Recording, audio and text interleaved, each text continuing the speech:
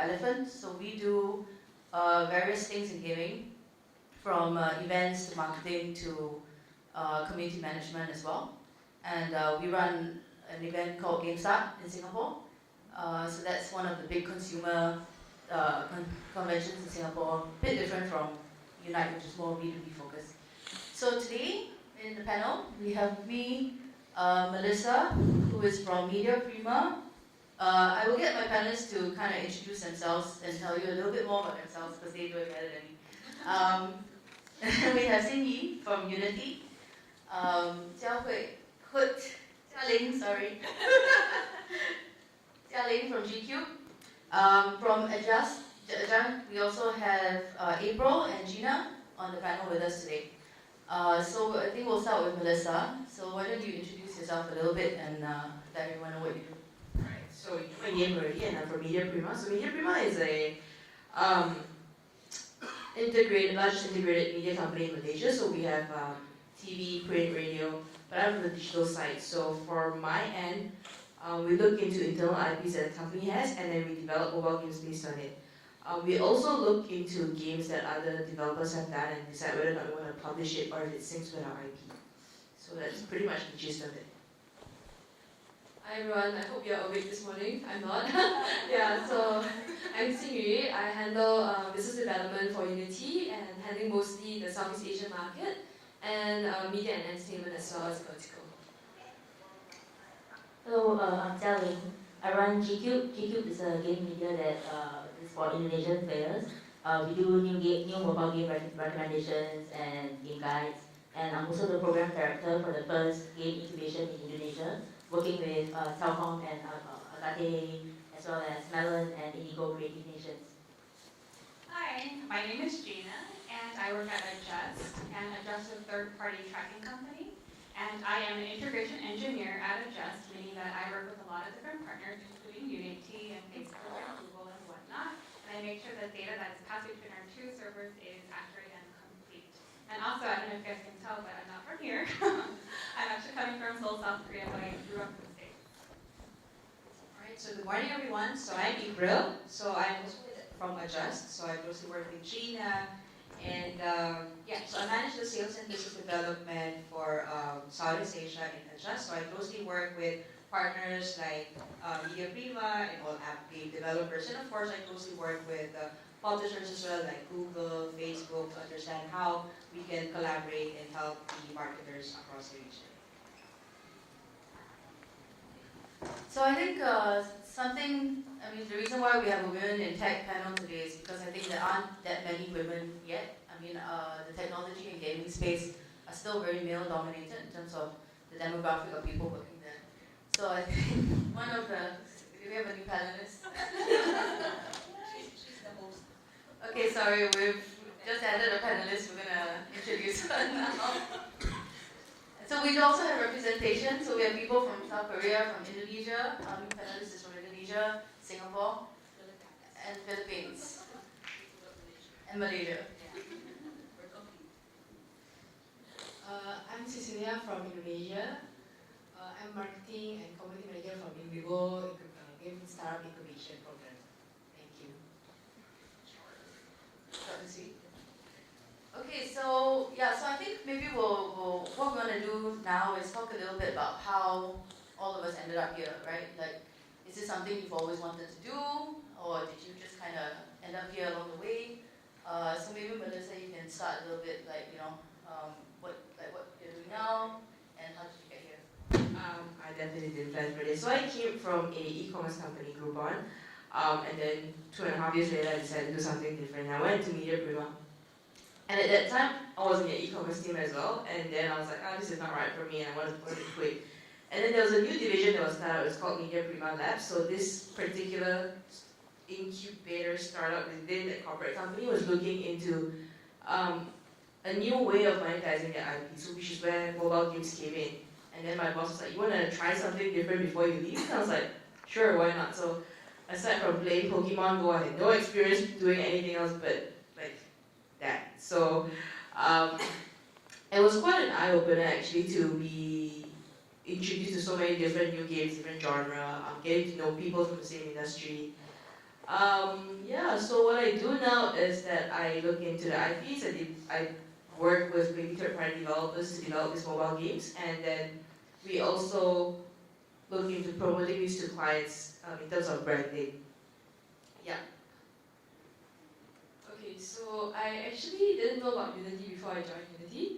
I was in IT sales, and then I got a call from a recruiter, and he was like, "Do you want to join Unity?" I thought he meant like Unity and pharmacy, so I was like, I don't know anything about chemistry or whatever, right? So he explained to me that it was a game engine company, and I was like, okay, I like playing games, but little did I know that I would not be playing games. So yeah, it was a good start, and I think what I really like about this industry is the passion and the excitement of finding like game creators and really helping them grow with us to reach like bigger peaks as well. Yeah. For me, I studied game design in school. My first job was at EA as a QA tester, so I worked my way across multiple roles and different companies. And then in 2012, I founded a game studio with some of my friends. That got acquired in 2017. So GCube is actually my second startup, and I just exploring the different segments of game development. So I've been in ad tech about 8 years, but when I first graduated from university, that's actually not where I was.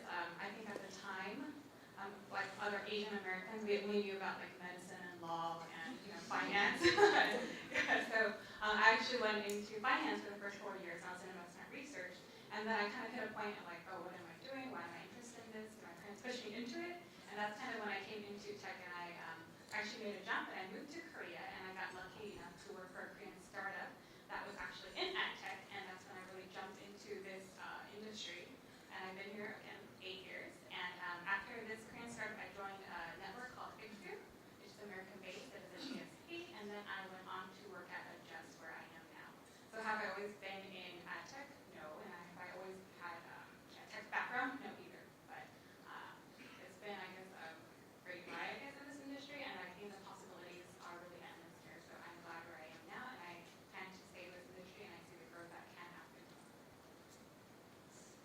All right, so for my end, so my career, my career spans across different industry. So, but traditionally, the type of industry that I work with are male dominated. So actually, I started with managing our family culture business, and then I joined the Forex spot exchange. And from then, I joined the USA, actually educating seafarers about family planning. And then becoming the first female sales representative for Marlboro Philippines. So, and then, I took a leap of faith and ventured into ad tech. So far, my journey in ad tech has been wonderful.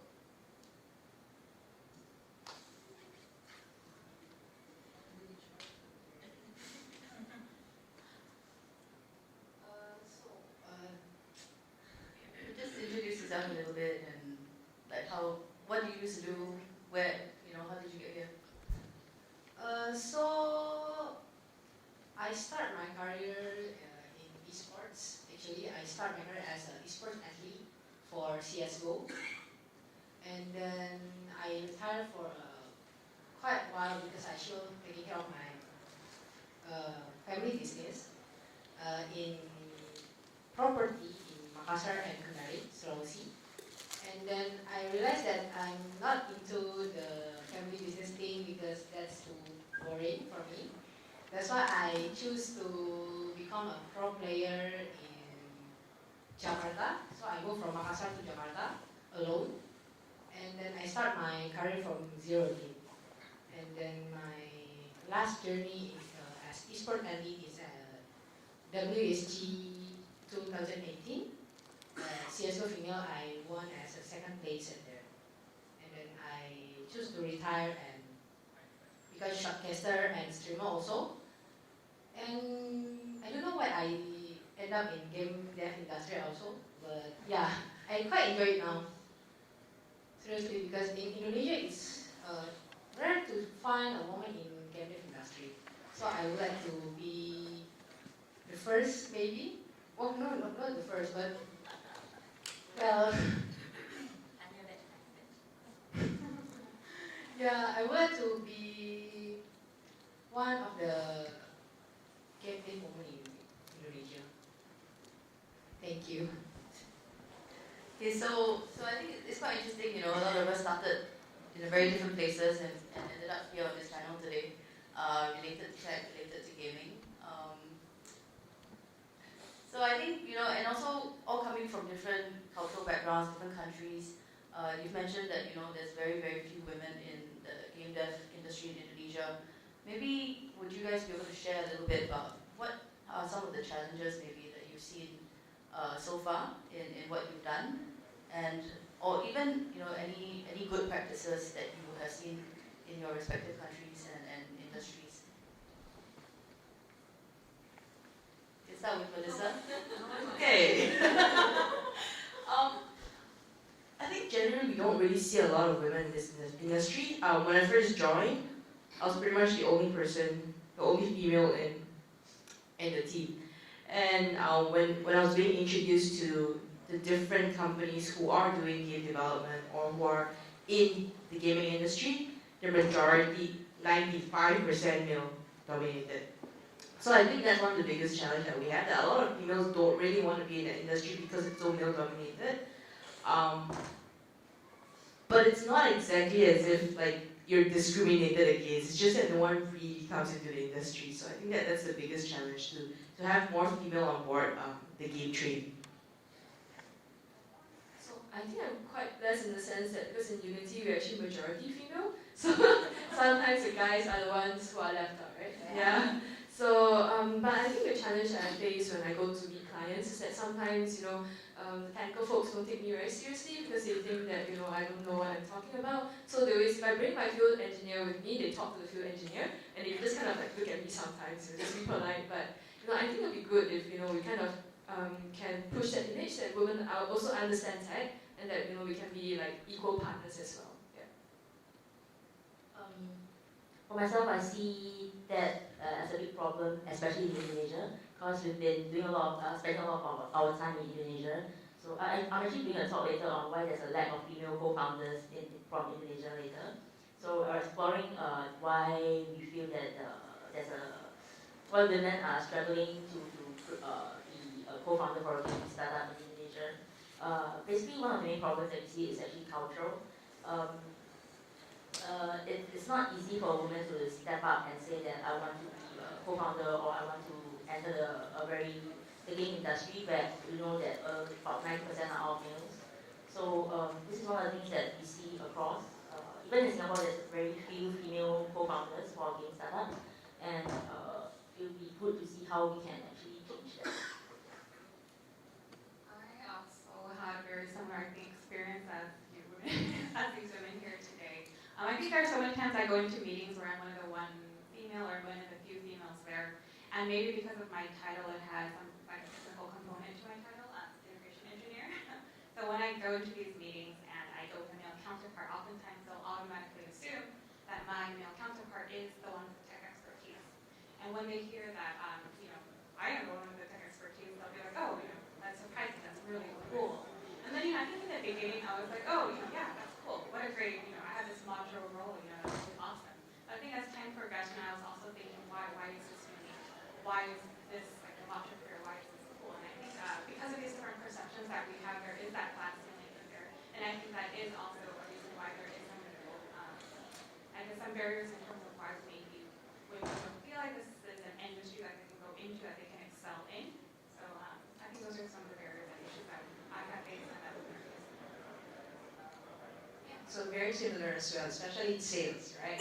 And then, so for me, challenges is more on so aside compared to lifting cartons and cartons or boxes of Marlboro cigarette and putting 4 things at the store.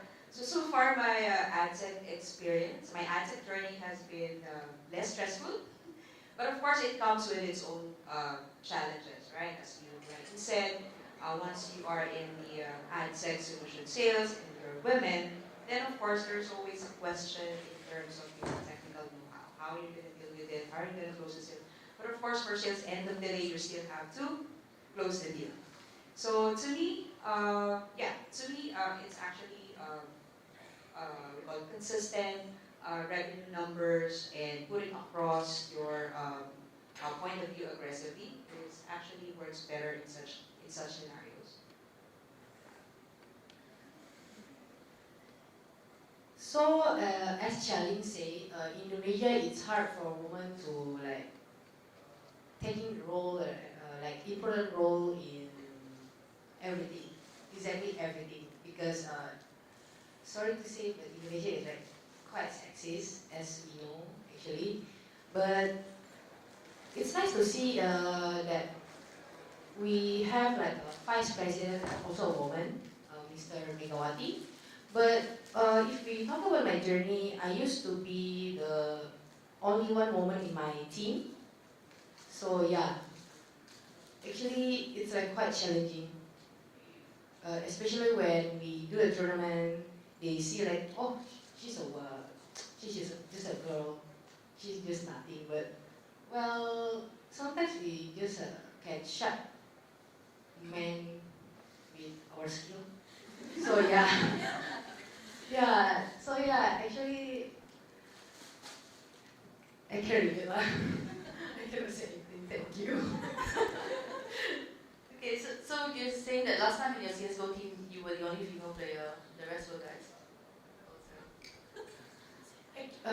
Actually, I start my esports journey since 2009. I was a little kid right there, back then. I started my team as the only one female there. But my last CSGO team is a female. So from like 5 year or 6 year, I'm the only woman in the team until I found my new team, and yeah, won that. Cool. So okay, I think we've spoken about challenges. I think, but for example, like companies like Unity, I mean, the fact that we're having a women in tech track, right, at a Unite Singapore is, I think, a good step.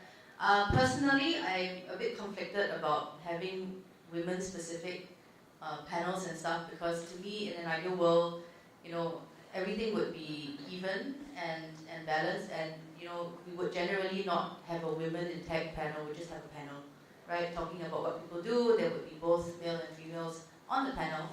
Unfortunately, and I think more so in perhaps Asia, things are still a bit more traditional, and you know, women are still seen as not being as good technically or otherwise. So maybe, you know, let me know. I mean, that's just my opinion. Do you guys feel the same, or do you think, you know, what, like for example, a women in panel, women gaming or tech panel, what would you think we should have the audience take away at the end of the day, right? Like, is it best practices for how companies can make a change, encourage more women to get into their specific industries? Or is it a company culture thing, perhaps, that we can encourage more females to come? Or is it just females are just generally not interested in tech? I don't know. Yeah, what do you guys think?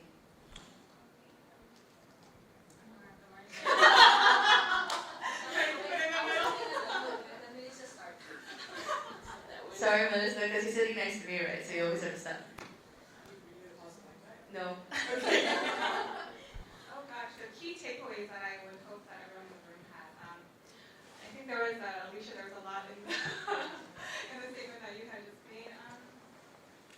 I think it's so much, I think it's not just in, I think especially just like in Indonesia and some of the other countries, there's a lot of laws that need to be passed, that need to be, or yeah, I think, you know, it's the environment, right? So I think the leaders of the country also need to help, you know, in terms of growing women and making sure that women do feel equality, and that's a whole other sector, right? And in terms of what companies can do and how companies can help women actually become more encouraged in their positions and then actually have women join their companies, I think that's something that we can actually kind of work on as a company itself.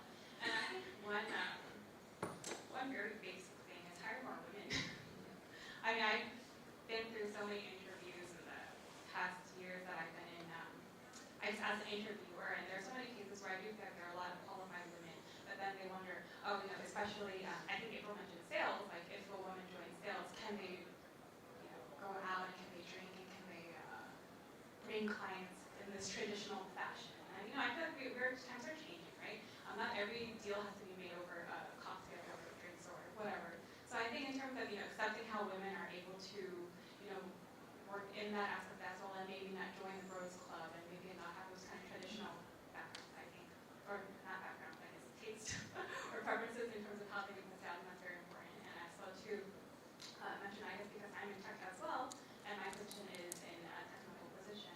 How do we actually help women and help, I guess not just women, but other people in your company be more confident in their skill level as well? So how can you implement certain aspects within the company? And I think what I'm really happy about what my company does at Adjust is they really encourage education, and they really give us that extra push that if we're more interested in certain technical fields, because people that managers we get the tech let us to do so. So yeah, those are some of my inputs. Maybe we'll go down next. Alright, so yeah, since you mentioned Adjust, so being a global company at Adjust, actually we get to work with the diverse work cultures and different companies as well, or different markets. So in fact, in Southeast Asia itself, I have seen tremendous growth, tremendous positive change since I started in the ad tech field. So now actually the landscape is changing. Actually, more and more companies are accepting the reality that women in tech will continue to grow, and at the same time, companies are realizing the value or the importance of diversity in the workspace. So to me, for women, you just have to take the leap. Take the leap of faith and just be part of such companies.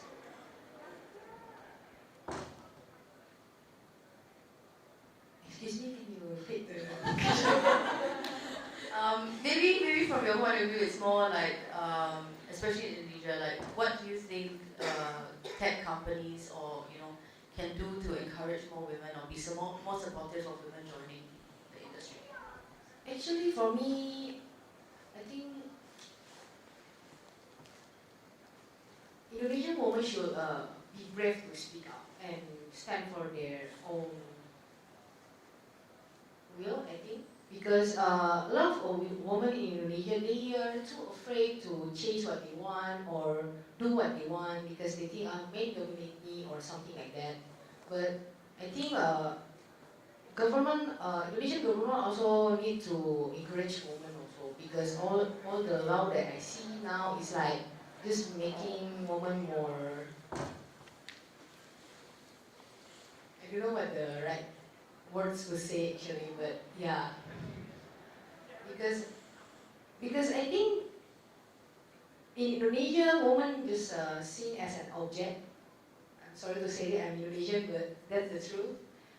Yeah, so I think women need to speak up and speak for whatever they want. And yeah, I think if you have the will, you can. Cool. Yeah, I think one of the challenges, right, that women have, and when we're putting this panel together also, we were talking about how a lot of women, despite being very good at what they do, are also not as confident, I think, in terms of being able to speak up, being on a panel like this, talk about their opinions. Something that, I think is slowly changing that I'm seeing in the landscape now, but especially I think in some other countries outside of Singapore, this is still a big challenge for a lot of women. So maybe, Melissa, how about Malaysia? Does MediaPrima have anything? Actually, no. MediaPrima is actually very supportive of women in the industry. Even women in corporate environment in general. I think when you look at the corporate environment, you see a lot of male figures in the higher positions, right? But for us, now that I think about it, I realize a lot of our head of departments are actually females, and we're very supportive of having women step up, go and see clients. I think the problem with the sales team is that a lot of people have the impression that the sales team needs to consist of majority women, but not because they're capable of what they're doing, but because if the client is male, it's a lot easier to close the deal. I think that's the most common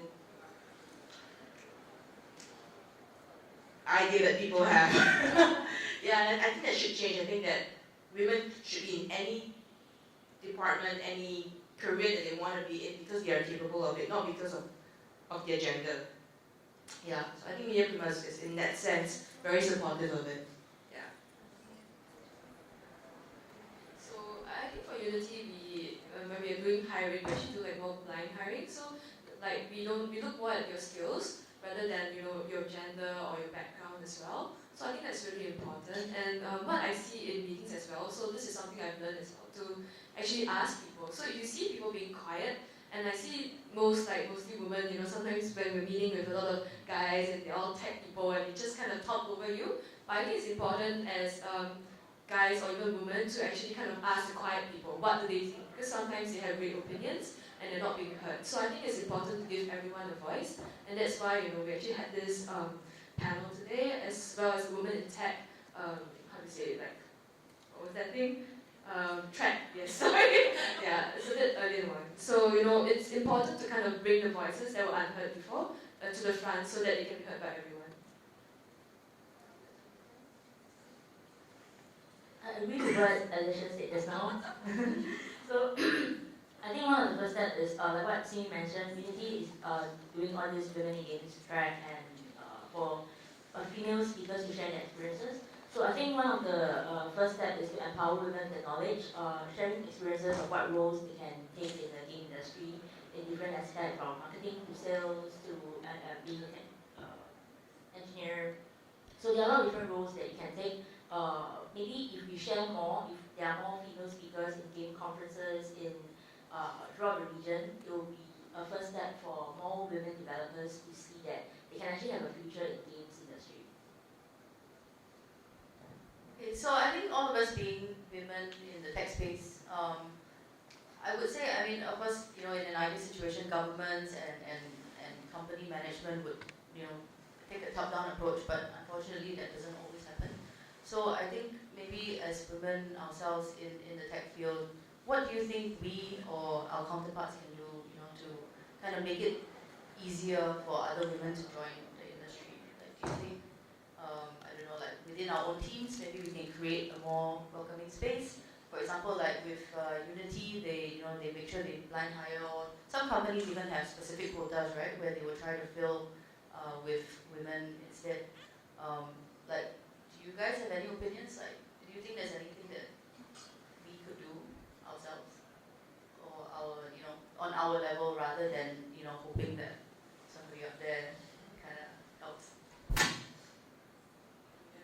Yes, Michelle. I changed my name. Sorry, it's really too early in the morning. I think really it's as simple as don't downplay your own skills. I think a lot of us have that, a lot of Asians especially have that lack of self-confidence, especially in a male-dominated setting, like what Sing you mentioned earlier when you were in a meeting with all guys. As a female itself, you'll be like, oh, these are like the professionals. I should just keep quiet. And then if somebody asks me a question, then probably I'll just answer a short sentence. I think that shouldn't be what is happening. It should be, you should be able to step up and be more assertive over your own opinions. Yeah, that's it for me. It's just your own individual initiative.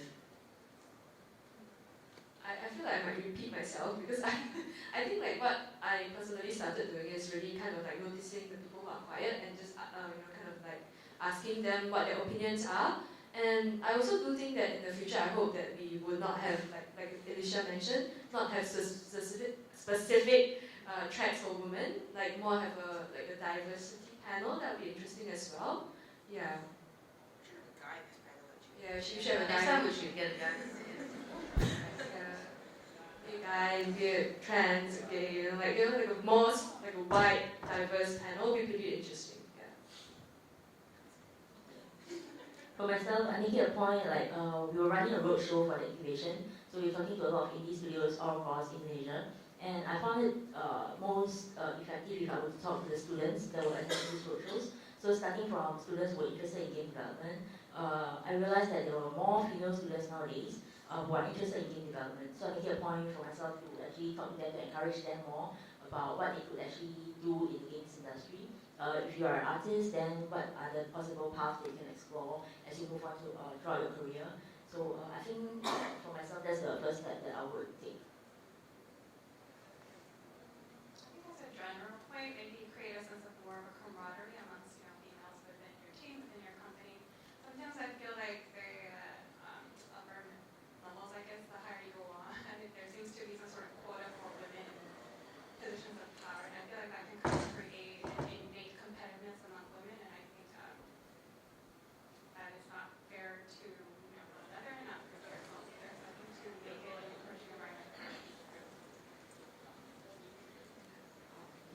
Sorry. So I think for me, expecting others to pave the way for women in tech will not work. So actually, women themselves need to spot opportunities, grab chances, and of course, we have to adapt ourselves quickly, especially in this ever-evolving industry, right? And then if we want to be part of this field as well. So what I want to say is that women, women as ourselves, we have to equip ourselves with the required skill sets in order to excel in this industry. And as I've mentioned a while back, nowadays a lot of companies are open. They're creating a lot of opportunities for women. And actually, what I noticed, it's not about the lack of opportunity for women, but it's more of a lack of awareness and reluctance to go out of your comfort zone. So it's a mixed bag, actually. So you will never know until you try, and then until you break the last ceiling, right? For me, actually, I want to say like, I want a lot when I was esport athlete, right? I'm one of the female athlete for esports, right? I like to talk with my fans and why you should continuing your passion or something like that. Because sometimes they feel like I cannot go out because my family don't want me to become an athlete, or my family want me to just marry or something like that. But I always say to them, if you have the patience, if you have the will, just do it. Never ever fear about something that you are never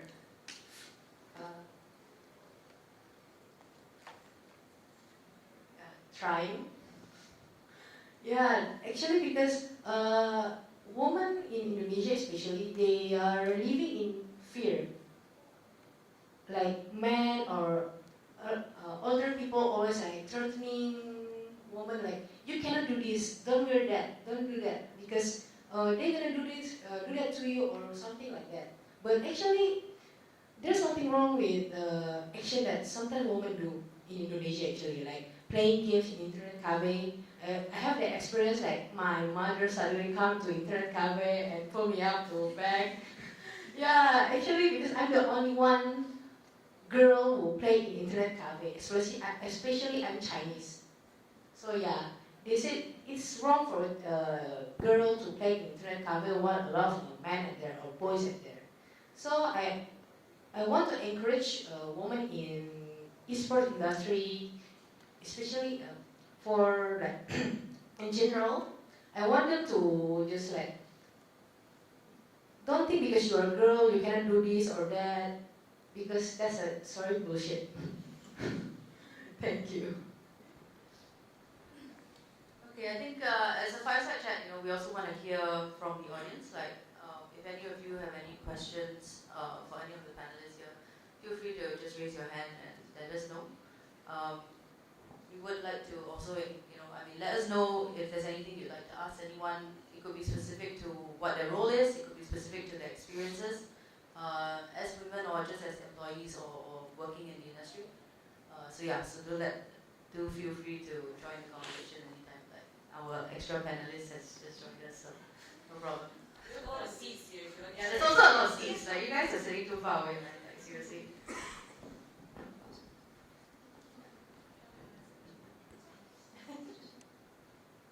What? Elicia. Yeah, thanks for the amazing answers and the panelists. I really enjoyed it. I guess I want to ask a question regarding hiring, and it's something I often feel very helpless about. Because, okay, as some of you might know, I'm in quite a niche field in the games industry. I do game audio, and like we have 3 co-founders, 2 are women, and honestly, I'm struggling finding women to join the company, and I won't go as far as to say as like, oh, they don't want to, not interested or what, because to begin with, it's such a niche industry that there are already so little people, let alone women. So I've been trying to rack my brains on how do I get more women to join my company, and like, how do I also stop feeling so helpless, and like, does it mean that I have to start from ground zero, like education, for example. So yeah, I would love to hear some insights on that. Okay, I can start. So I'll be honest, as someone who also runs my own company, that is a challenge as well. I have a team of 15 and only 2 of us are female. The reality is, yes, I think the pool to even hire from for certain niche aspects of the industry is a challenge. And yes, I think education, to be honest, is a big thing. Also, I think making it known that your company is welcoming of female candidates, and also the fact that we hire based on ability and are blind to gender or any other thing that you have. So for us, yeah, what we've tried to do on our side is go out, speak more. I've put myself out as a female in the space, as a female co-founder, as someone who leads a team, so that hopefully other females will also realize that hey, this is something that I could get into. I mean, I do mostly events as well, and it's very long hours, it's hard work. It's not something that someone who wants a 9-to-5 job is going to take up. And so in that sense, I think we're quite similar in that space. Yeah, so for me, it's been a lot of education, talking to even on the student level, and some people, and also it's awareness, right? Because for example, game audio is so niche. A lot of people don't even think about it. One of the other things that I always have to go out and champion is the fact that the gaming and tech ecosystem is so big. People only think that I'm either a game developer or I'm a pro gamer. Even within esports, there's multiple rules. Within game development, there's so many different components. But a lot of people only focus on what they know. So I think general education about all the different roles that are available in our industry in the first place is something that needs to be done. And I think from there, as people realize that hey, game audio is something that I can do, that then opens it up to both male and female candidates. Yeah. So unfortunately for us, we have to do a lot of promotion and education on our end. Yeah. Okay, so I guess because I'm holding the mic, but yeah. So I've spoken to our recruiters in Unity, and I think what we try to do is, even though the role is maybe you find it difficult to find someone because it's very niche, we do kind of try to find people through LinkedIn and make a conscious effort to maybe find like female candidates as well. It's not to say like we skew it towards females, but I think if we have a role, right, and we are looking for candidates, we try to find like both female and male candidates at least, so that we give everyone a chance. Yeah. Alright, so actually just want to share with you, so for Adjust, so actually our company doesn't face that kind of challenge, so maybe there's some insights that I can put it across for you. So in fact, female in our company manages multiple or key positions across different functions and in the organization itself. And the number of female in our company is about 50%. So 50%. Now, why a lot of women are joining Adjust is mainly because of the types of programs that they provide for the employees. So one of it is the flexible work arrangement. Maybe you can also think of the parental, because of course women, right? End of the day, we're still mothers, maybe, right? But what I'm saying is that a company that provides flexibility, especially for women, will definitely attract a lot of women to join your organization. And of course, right now for Adjust, we also enhance the parental benefits, such as a child care program, and even enhance the parental leave rights as well. And we do have a lot of programs to support to champion the women in tech, and so all this, definitely it will help to attract more talents to join your company. So just coming back, I think when everyone who doesn't know, Gwen is the chairperson of the Singapore Games Guild, which is our association for game development in Singapore. So if you have questions, please answer them. Yeah, but Gwen, I think one of the things that I've been very keen to do, and maybe I talk to you about it later, is yes, exactly, education programs, like talking to the schools. Like for example, a lot of the polytechnics here have gaming related courses. But I think, and then there's a bit of a, to me, disconnect between the industry versus, all the kids that are coming out who are trained, but don't necessarily know where to look if, when they're looking for a job and things like that. So we, like my company, we always have people just writing in saying, hey, do you have internships available? What kind of roles do you guys have? So it could be that maybe, setting up more talks or workshops or talks in schools, for example, to tell them that, hey, these are what's available. Something else that we've also tried to do is, for example, through our own interns, right? So we reach out to schools or generally put out job ads saying that, hey, we're looking for interns who are interested in these various aspects of the game industry. So from there, we try to, educate them, equip them a little bit better. Also, not just with skills, but also with knowledge of what is actually out there as an option for them. And yeah, I mean, for us, because, for example, game audio, you don't necessarily have a lot of trained people out there to hire in the first place. So the reality is you probably have to hire from the fresh grads and spend the time and effort to train them up, which is also something that we are seeing very much in my part of the industry.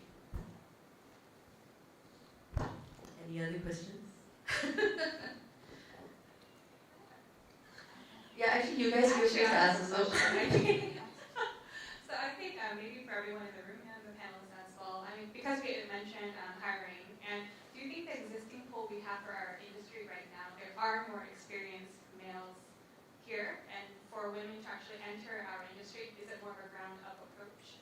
Or we do have to go through education and maybe hire interns, or maybe hire more entry-level positions and raise women to be a more, I guess, relevant hires for the other positions in the industry? I think that's possible. I mean, so before I started Eliphant, my current company, I was working for EA. So in EA, we were definitely a lot more balanced, and also, we had being a large company, you have a lot of different departments, a lot of different roles. I personally work with a lot of game publishers who are based in Asia, and there are actually a lot of women who are working in game companies. It could be in marketing roles, PR roles, even QA and all kinds. But once again, they're all very quiet and very hidden, which is why at this point in time, panels like this is great, right? Because this is where you bring them out and get them to talk about their own experiences and share their own stuff. So I think talent pool-wise, to be honest, unless it's a very niche technical position, I actually think that the talent pool here is decent for both men and women. Yes, it's obviously a little bit more skewed to males because I think generally gaming and tech has been something that is a little bit more traditionally interesting to guys, I guess.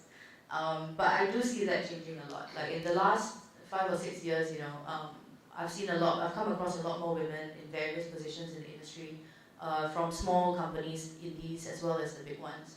So I think, personally, I don't think it's so much a talent pool issue. It's more an awareness issue, I think. And like for example, some women don't even consider gaming and tech as a career opportunity, right? So it could be just educating everyone in general that there are roles here. Things are not dry. It's an interesting industry to be in. I think one thing that I really love about being in this industry is the fact that there's so much passion. Like people really, really like what they do. I've come from other industries before I was in gaming. I was in property. I was in hospitality. I was in tourism. I tried a lot of things. And the one thing that really, really strikes me being in this industry is everyone really, really likes what they do. I think because it's so hard to do, you really need to like it. But that coming back to the ground up approach, yes, that's also something that I think we really need to do because once again, we've got so many, fresh blood coming out from the universities and the polys and the schools every year. And I think personally, yes, I would like to take these guys and train them up and have them all contribute to the industry growth. Anyone else have an opinion? No?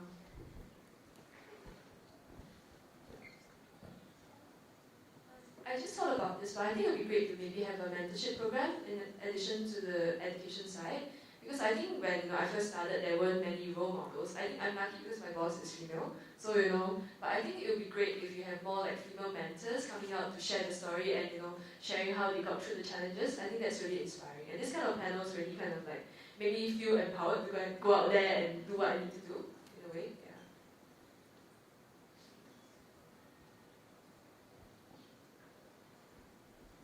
Okay, so maybe we'll come back to like talking about this. Like, if there are young people or anyone actually, one thing that we have is also in my team, people who were in other industries, but because they wanted to do something that they enjoy, have done mid-career switches over to gaming and pretty much started from scratch, but have gone from there.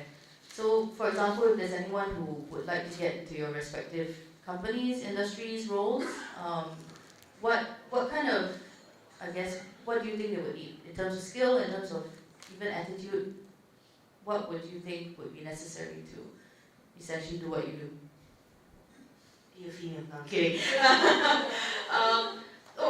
Really, if you look at it, for me, when I hire, I look more towards your attitude, not so much the skills, because I feel like skills is something that you can work on over time, right? So if you're a fresh grad, you've never been in this industry, but you want to try it out, I'll be very open to it. And I think a lot of us will feel the same as well, because for us, it's like, if you're lazy, it doesn't matter whether you're skillful or not, you're just going to be lazy and no one's going to get done, right? So yeah, just attitude.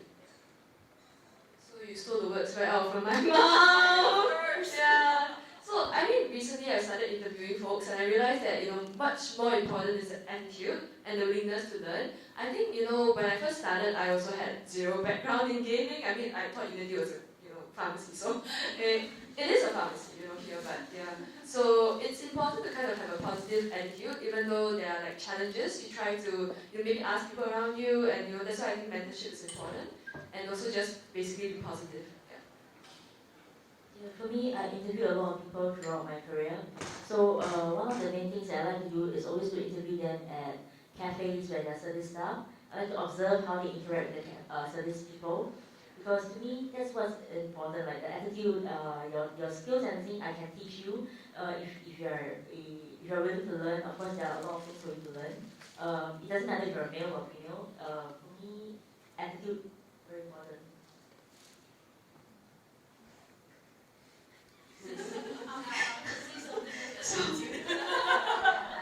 Actually, this is very common to women, no? I noticed that. Because even for me, the most important part is, of course, you said attitude. And of course, I always look for passion and hunger to accept, right? So as you guys rightly said, we can train people, but of course, if there's no passion in it, no matter what they do, they will fail. It's not only about what they can bring on the table for the company, but of course for their own growth as well. So for me, passion, hunger, and of course attitude. I guess because my role is a little bit more technical, so I think all of these definitely for sure. I think the number one that is important is your passion, your drive, how well you can culturally fit with the company, but at the same time also read what the position is for. If there are certain skills that are required, like maybe SQL or JavaScript or whatever, there are so many great courses online, and there are so many opportunities for you to actually learn and grow your skill set as well. So I think make sure you do a thorough read of that and prepare yourself in those aspects as well in terms of yourself.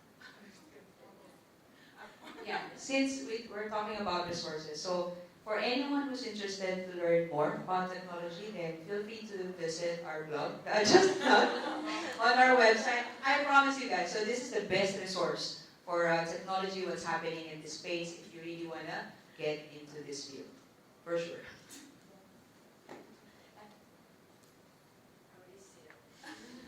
I wanted to add something. Another thing is, my co-founder is a male, and I've experienced throughout my years that respect is another thing that I'll look out for. If the candidate that I'm talking to looks at me in the eye when he's responding to a question, that means that is something to me. Because I make it a point that if my co-founder interviews someone, I have to interview the person again, just to get a consensus on how this person is like when he's talking to a male co-founder and a female co-founder. But you think it could be a culture thing as well, looking into the eye, because No, I have had experience with interviewing someone with my male co-founders, and every question I asked, he would direct the answer back to my male co-founder. But I've also had experience with the guy I'm talking to. He's just shy. He doesn't dare to look at me. And he's like sweating and perspiring. Like, okay, don't look so scared. I'm not that scary, you know. So there are differences.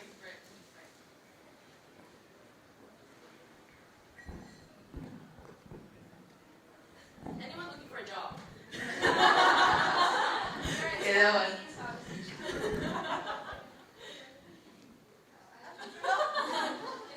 You're looking for a job or you have a question?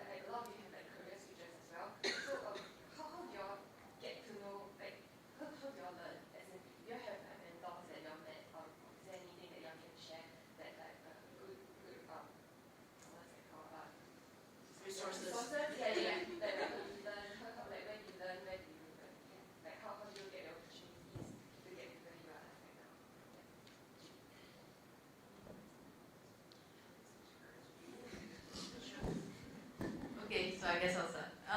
Yeah, so to be honest, for me, I kind of job hopped for quite a while.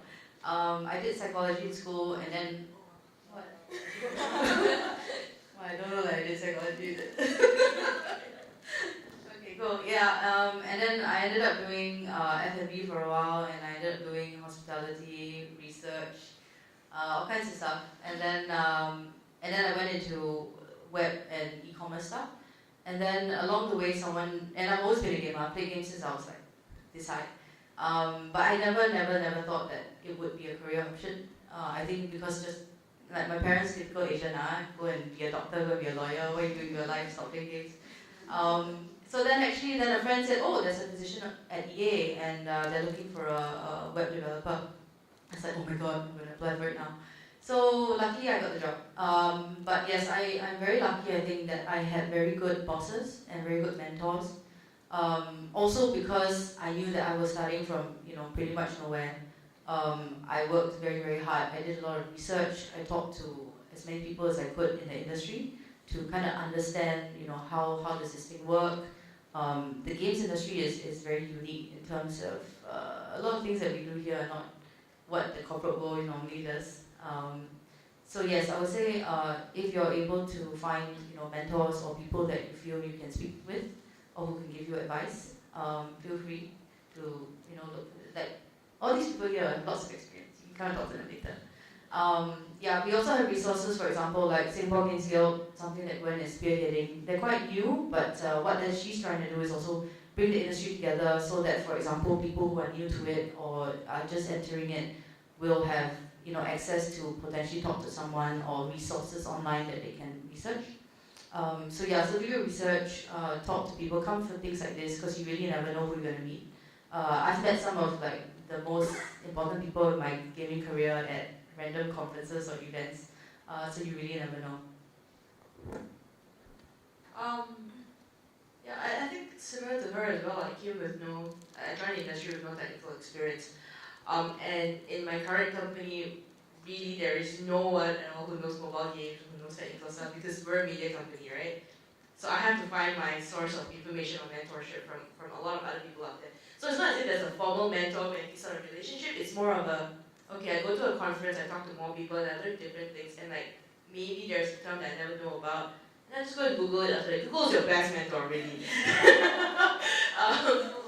Yeah, especially in technical stuff, right? Because there are a lot of free courses out there too. So if you want more of the technical sort of mentorship, just go online and have a look. But in more of experiences, networking, just come for more conferences, add us on LinkedIn, Facebook, whatever. We'll be more than happy to talk to you about it also. Okay. So, yeah, I think it's a very similar conversation because I also started with zero knowledge about game industry. So when I first entered, it was a little bit of a struggle because I was like, what's Unity? I'm going to download Unity and try it out. But I think it's important to start somewhere. So usually I'll be like, I can put a plug here. Please read the Unity blog if you want more information. Because that's how I also get my information. I read about the newest releases, and you can go on YouTube. There are a lot of very good resources there as well. And I think it's just kind of talking to people and really kind of asking the questions, even though you may be shy to approach them at first, right? But actually, most of the game developers are very nice. They're also very shy. So you have to ask them first before they can give you some information. Yeah. Same here. Networking is important, and also Gwen runs meetups for women in games as well. So if you're interested to learn more, you can always speak to her after that to see how you can learn more about the local industry and the different aspects of the scene here. All about the same. Yeah, so just coming back to it, I think just go out more, talk to more people. Once again, I think one thing that I really like about this industry is people are generally happy to share. They're generally easy to talk to. They themselves are probably a little bit shy, so you will need to approach them first. Yeah, we're all you talk first. So, I mean, that's how it is. But you see, everyone gets along. We're generally quite friendly. Gwen, once again, we're going to plug the hell out of her. So, talk to Gwen. I'm going to plug your Thursday meetups as well. So, SGG does once a month, right? Every Thursday. Which Thursday of the month? Every second Thursday of the month, they do kind of like a drink up. So everyone goes to the bar, has some drinks, meets new people, makes new friends. So do check that out if you're looking to meet more people in the industry. Anything else? Hi, Gwen. Yeah, thanks for the plug. But I've also been having a thought about safe spaces, what it means to have a safe space for women, because I think not a lot of women feel very super empowered to network at certain establishments like bars or events that involve alcohol or late nights that could potentially be unsafe for them. So I really like the Unite one because it's yay, cookies. And networking is it's just that some of these networking parties have a connotation to them. So my question is how do we ensure that these spaces remain safe for women generally? That's a good question, man. To be honest, I think it comes down to the organizers. As someone who organizes events, it's my duty to make sure that the messaging around the event, the environment that the event is in, is a safe one and is enforced in that sense. We make sure that it is safe. I'll be honest. I mean, to me, I don't drink alcohol, and I don't know. I mean, I like cookies too, but yeah. So, but the Thursday drink ups, for example, is cool because whether you like it or not, 70% of the game devs I know love alcohol, right? So that's a very suitable place for most of them. But yeah, it could be that we look into starting other events that don't necessarily involve alcohol, involve other things. Once again, it's all a forum, right? And anyone who has suggestions can suggest. If you have a great idea for a great meetup that you think would be great, feel free to let Gwen know. Yeah, so I would say it's on the organizer. If we think that maybe a bar is not the best place to do it, then we can find another venue. It comes down once again to being a smallish industry, and being women, it's even smaller, right? But that said, it's also a closed group. So I've known Gwen for years, and she's done fantastic work in the industry over the years, and championed many causes. So yeah, I don't know. It's coming down to finding a right venue. I think the right message and how exactly you want that to be. And of course, education, right? So the guys who come to these events also, it's not all on the women to keep safe yourself. So it's also how the guys who are respectful, and of course making it clear that certain behavior is not and condoned at these events. Yeah, I think it's really important for companies to also have internal like compliance and internal boards that actually would address these issues as well. So I know like at Adjust we do have internal team that is able to, you know, anybody who feels like they have been sexually harassed or who have been mistreated by another colleague, they're able to speak with somebody internally, and then they actually go through a review system, and they will be punished if it's deemed punishable. So I think that's really important, and for employers to show their employees that, you know, when you're going to this different event, how you act in these more public occasions, and if you are doing something that is negative or something that is detrimental or something that can be seen as sexual harassment, you will be punished for these actions. So I think it's important for companies to also be complicit in these kinds of policies as well.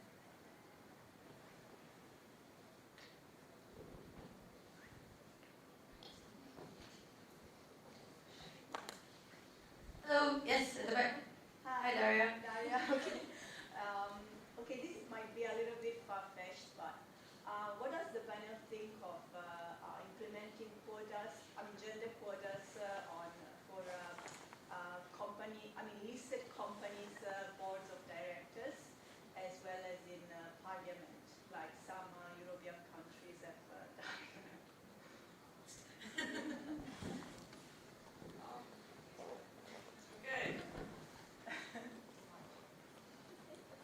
Personally, this is a personal opinion, okay? I don't believe in quotas. I think that it doesn't matter who you are, what you are. It's really just a matter of the skills that you have. So I don't think that there should be a quota at all in any setting. Okay, so mine is a little bit of a mix because I think that there should be a quota. So we do kind of try to have a soft quota when we're doing hiring because you need to put the candidates out there. You need to put in the effort to find the candidates. But when it comes to hiring, I think the best person should get the job, as it should be. Yeah, I think I agree with Lee. As much as I do not think that we should have quotas, unfortunately, I think, especially in certain countries, certain industries, the reality is you probably might still need one just because culturally and some people still tend to overlook women in certain positions rather than give the job to the best person qualified. So I would say at this point in time, I do understand why certain companies or governments would require quotas. But that said, of course, in an ideal world, the job should just go to the best qualified candidate.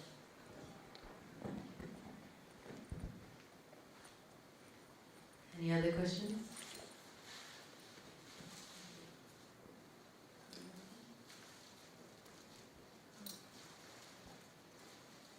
Okay, so I think you have any? I was just saying, all the questions came from women, so I was wondering if any men have any. Any guys got any questions? Yes, first one. Hello. At the risk of not everyone directing the anger at male out here, but what should male do differently in a working environment to make women more welcome or accommodating? Definitely, many companies are already doing that, but from your perspective, what a male colleague, your male bosses, or even male subordinates, or basically team males in your team should do differently to make sure that it's a working environment that's much more conducive for females. Thank you, Jean. So I think a couple of years ago, I actually had one of my male colleagues say, after women have children, they become stupid. So yes, so I think those kind of comments should not be allowed. And I think men should be very aware. I think already when women are, thinking of, it might happen, we might have families, or, when people are thinking of maternity leave, it's already so daunting. I think the fact that people feel like they have to sometimes choose a career or sometimes choose family. And I think when you say those kind of comments, it can be very crushing, and also it's very, I think, legally not complicit with the company. But yeah, so I guess for men in general, for the company in general, because we're talking about maternity leave, right? So not just, I guess, accept whatever the legal laws are in terms of maternity leave, but actually when women come back to the companies, make them actually feel accepted, that it can actually have jobs that are going vertically up instead of something more horizontal. And having, I think April mentioned this a little bit earlier, but having programs in place and having the flexibility that moms can feel like, oh, when they come back to work, they're not going to be deemed stupid or they don't have the kind of confidence level that they should be having just because they have this other new addition in their life. Yeah, I think just adding on to that, yeah, so like for me, for example, my company only has 2 females out of a team of 15. So something that I think is very subconscious that a lot of guys don't really pay attention to is the way they speak. So, usually when you have a bunch of guys in a room, the way they speak is very different from when they speak to females. So sometimes the comments, even though they don't necessarily mean it, it comes across as a little bit insensitive or something like that. So I think maybe being a little bit more aware, a little bit conscious of how you speak, the things you say in an environment, and also being a part of an environment that respects women and demonstrating that, I think is probably the strongest thing that you can do. Show by example, that women are equal in the company and to be respected as colleagues, and to be judged based on their merits and their performance rather than on gender. So to me, I think the number one thing is actually showing that there is respect and equality. I think that's the best way to do it, because a lot of corporate environments that are very male dominated tend to be a little bit of a boys' club. So certain careless comments or things like that that's something that I've experienced. Like sometimes things are a little bit sensitive, but the guys don't get it, like, because it's like, something I say every day, right? But to someone else, it could mean something.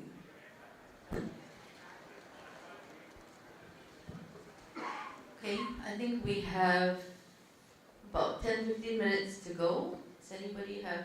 Oh, okay, yeah, there goes my 10-minute sign. Any last questions before we wrap this panel up?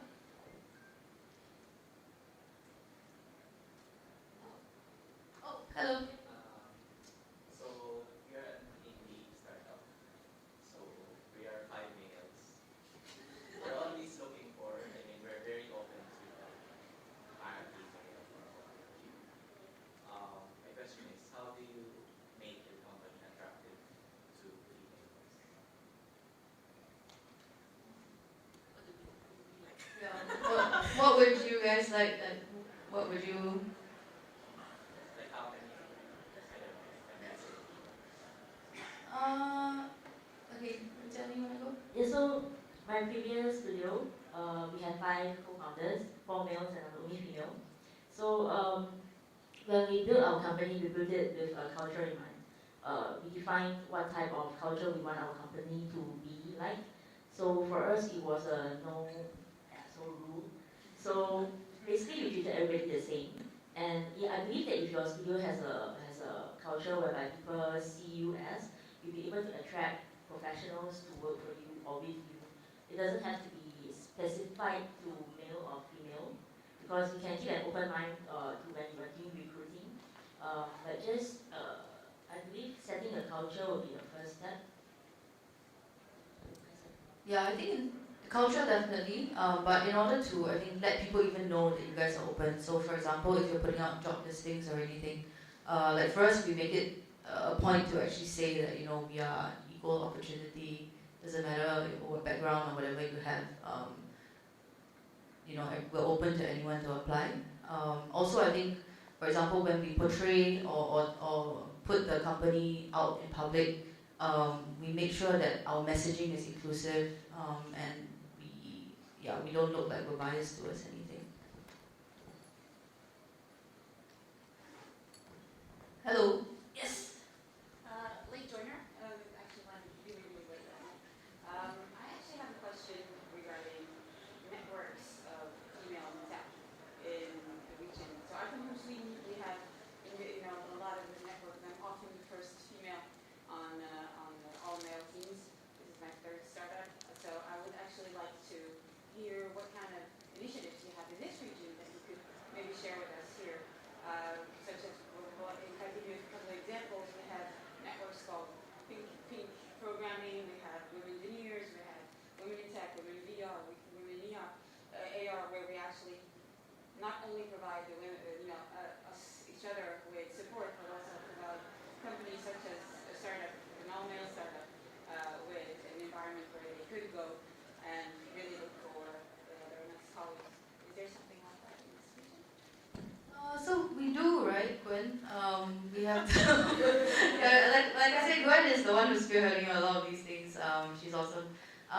we do have a Women in Gaming Facebook group. Yeah, we do have a joint Malaysian and Singaporean Women in Games Facebook group. So if anybody wants to join, can let me know. It's sort of secret. Sorry. No. As in, it's fine in this space. As in, I think only women can join. Yeah, so there's that group. I know that Facebook also recently has been trying to push more women in gaming meetups as well. So I think they've had a couple of sessions as well. Join the Singapore Games Guild group, Facebook group, as well as the one that Gwen was talking about. Usually they'll post updates about if there are any meetups or any kind of sessions that are friendly to that to women, and you can feel free to join those as well. I would love the companies that are looking for females to know about it as well, and really be able to sponsor them. They don't have to join them, but sponsor a few events, for example, because I think there is a need for communication between the groups. Yeah, I think definitely. To be honest, it's still not something very big here. It's something that we're still trying to grow.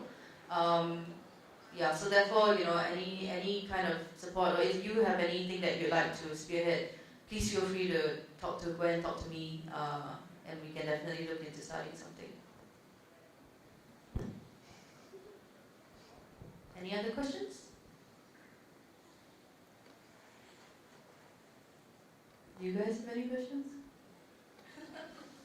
Okay, great. So I think we will end the session today. Thank you so much, everyone, for attending and for speaking.